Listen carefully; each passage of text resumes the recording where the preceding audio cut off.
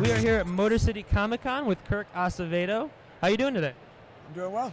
How you doing? Very good. Thank you for chatting with us. We really appreciate it. We're big fans. Very big. So for those that don't know and probably do know, he is Ricardo Diaz on this season and next season of Arrow, which is awesome.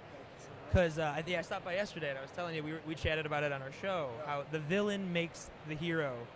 And this was hands down, I think, the best season of Arrow since the beginning.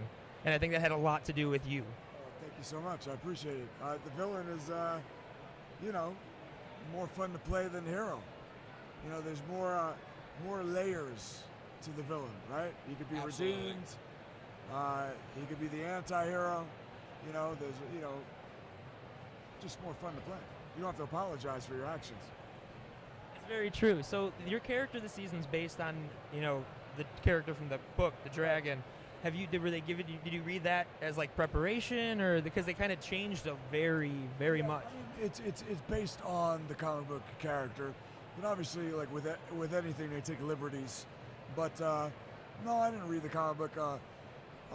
Mark Guggenheim and Wendy Miracle, when they offered me the job and they were telling me about it, they go, "We don't want the typical Arrow bad guy. What we want is Michael Corleone, Scarface. Think The Wire, just slow, like The Wire HBO TV show. Yeah. Slow, methodical, you know what I mean? And so that's my wheelhouse. So way more fun because I wouldn't want to play the typical. It's just it's not scary. And anytime you see a villain that takes their time, that formulates their plan, it's so much more satisfying as a viewer because it's like, okay, I believe this. This guy is covering all his bases, and he gets it. And you've not only done Arrow and Dawn of the Planet of the Apes, you've done some films that take place earlier times, such as one of my favorite movies, Thin Red Line. How was working with Terrence Malick? Because I've never had the opportunity to ask anybody that's worked with him, because I love his films and I'm crazy about him, and I've heard he's kind of interesting to work with.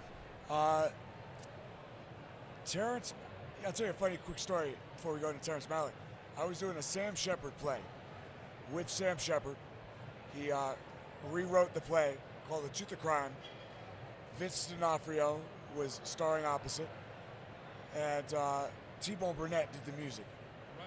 So we play rock and roll, futuristic gods, where when we sing, we could kill people with the sound of our music, sweet. with a pitch. It's freaking brilliant. So Sam Shepard did Days of Heaven, and arguably for me, my favorite, even more than Badlands, my favorite Terrence Malick film. And Sam took tapes of the play while I'm doing the play, showed it to Terrence Malick. Terrence Malick flew me down to LA to audition for Thin Red Line. So that's how, God bless Sam Shepard. He started my career. Wow. So Terrence is obviously super cerebral, Mensa. What's crazy is the juxtaposition of he's a devout Baptist, but yet he taught philosophy at MIT. Think about that. Yeah. It's kind of, It's a bit. It's polar opposite. Yeah. It's almost like counterintuitive to Yeah.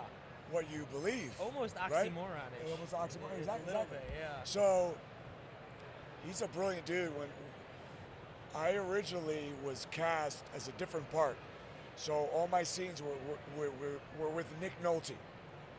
So I was like his right-hand man. When we read the script, there was one part that we were all like, because it was 25 pages long, and it was the kid who dies. In the script, it was like 25 pages, right? So we were all like, who's playing that? So Michael Medavoy and Terrence Malick came out to me like third month of shooting. They go, how would you like to play that? And I go, yeah, I'd rather play that. He goes, okay. So basically they had to take out all my others, but They took out everybody's stuff when you saw the thin red line. I hear he does that. First cut was 8.5 hours. I'd watch that. Adrian Brody was the lead. He was number one on the call sheet. Yeah. The final cut, he had 2 words. That's wild. So, but I played that part. So, Terrence Malick, you want to know about Terrence Malick? He's giving you a note, and his note is, Kirk, when you're calling out to Sean, it's like you're a little boat in the middle of the sea, and you're floating out into the abyss, calling out to Sean. That was Terrence Malick's note to me. And it's interesting that you said that he's That's wild. he's like a Baptist, but he's also just so much more of the philosophy. He taught philosophy, and it's just I feel as filmmakers, Ian and I have a very small understanding of making films, not in anywhere near Terrence Malick, but having that ability to say this is what I know, but I need to expand my horizons so much more to make a film. Yeah, I agree. Yeah. So before we go, Black Donnellys, love that show. I just have to let you know. Oh, thank you so much, Yeah.